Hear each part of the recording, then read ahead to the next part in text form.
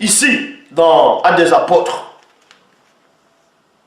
chapitre 8, verset 34, il est dit, le fonctionnaire demanda à Philippe, je t'en prie, dis-moi, de qui le prophète parle-t-il ainsi? Point d'interrogation. Est-ce de lui-même ou de quelqu'un d'autre? Vous voyez? Est-ce de lui-même ou de quelqu'un d'autre? Parce que ici, il ne devait même pas avoir ce livre à sa possession.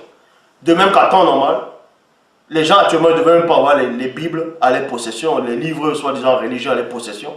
C'était les chefs religieux qui devaient avoir ça. Et ceux qui sont éclairés à l'époque et qui devaient éclairer le reste du peuple. C'est tout. Maintenant, comme je dis, chacun peut avoir les Bibles chez soi, venir raconter des récits sur Internet, venir parler de n'importe quoi, des visions. Ah, Dieu c'est un homme. Ah, Dieu a des pieds, Dieu a des bras, Dieu a des yeux, Dieu a des narines, a des oreilles, parce que c'est écrit dans les fausses copies, voilà, dans des copies, des plagiats. Voilà votre Dieu. Votre Dieu, c'est une créature. Votre Dieu est contenu dans le ciel. Or, l'Oba, rien ne le contient. Il est hors de toute réalité. Vous ne pouvez même pas le concevoir. Donc, comme je dis tantôt, à l'époque, dans l'histoire, ceux qui possédaient les Écritures, c'étaient les grands prêtres. Et les rois. Les rois avaient droit aux copies. Selon ce temps-là. Les rois avaient droit aux copies, mais il y avait toujours quelqu'un qui venait, quelqu'un d'initié qui devait les faire la lecture, qui devait l'expliquer. Voici les lois, les ordonnances, ainsi de suite.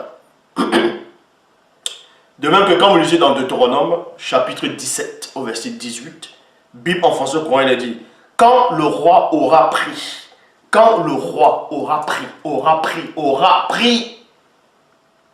place le trône royal, virgule, il fera copier pour lui, virgule, dans un livre, la présente loi qui aura été conservée par les prêtres lévites.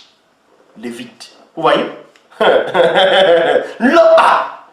Donc, je répète, dans Deutéronome 17, verset 18, Bible en français courant, on vous dit ici, là, quand le roi aura pris fonction sur le trône royal, virgule, il fera copier pour lui dans un livre la présente loi qui aura été conservée par les prêtres lévites.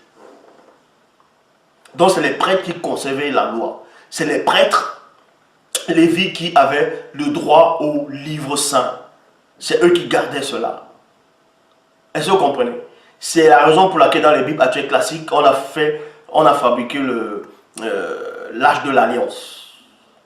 L'arche de l'alliance avec les bouteilles midi, c'est-à-dire les deux chérubins pour protéger. Et à l'intérieur du coffre de l'alliance, c'était les tablettes qu'on mettait, c'était la loi, les ordonnances, les préceptes, c'était les enseignements.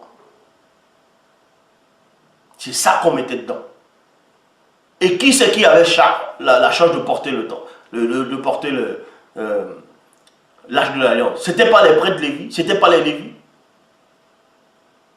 Donc, ici, quand on dit le roi maintenant, doit savoir juger le peuple. Le roi doit savoir c'est quoi qui est bien ou pas.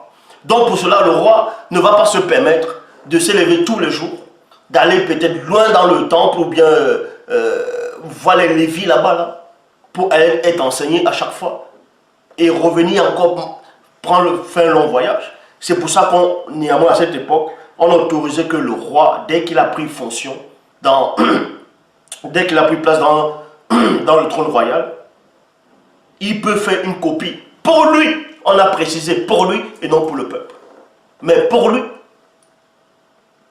parce que le roi, c'était riche. C'était une haute personnalité. C'était comme ça.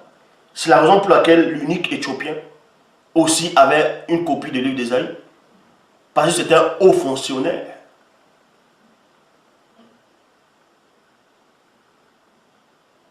Mais bon, est-ce qu'il comprenait réellement ce qu'il lisait?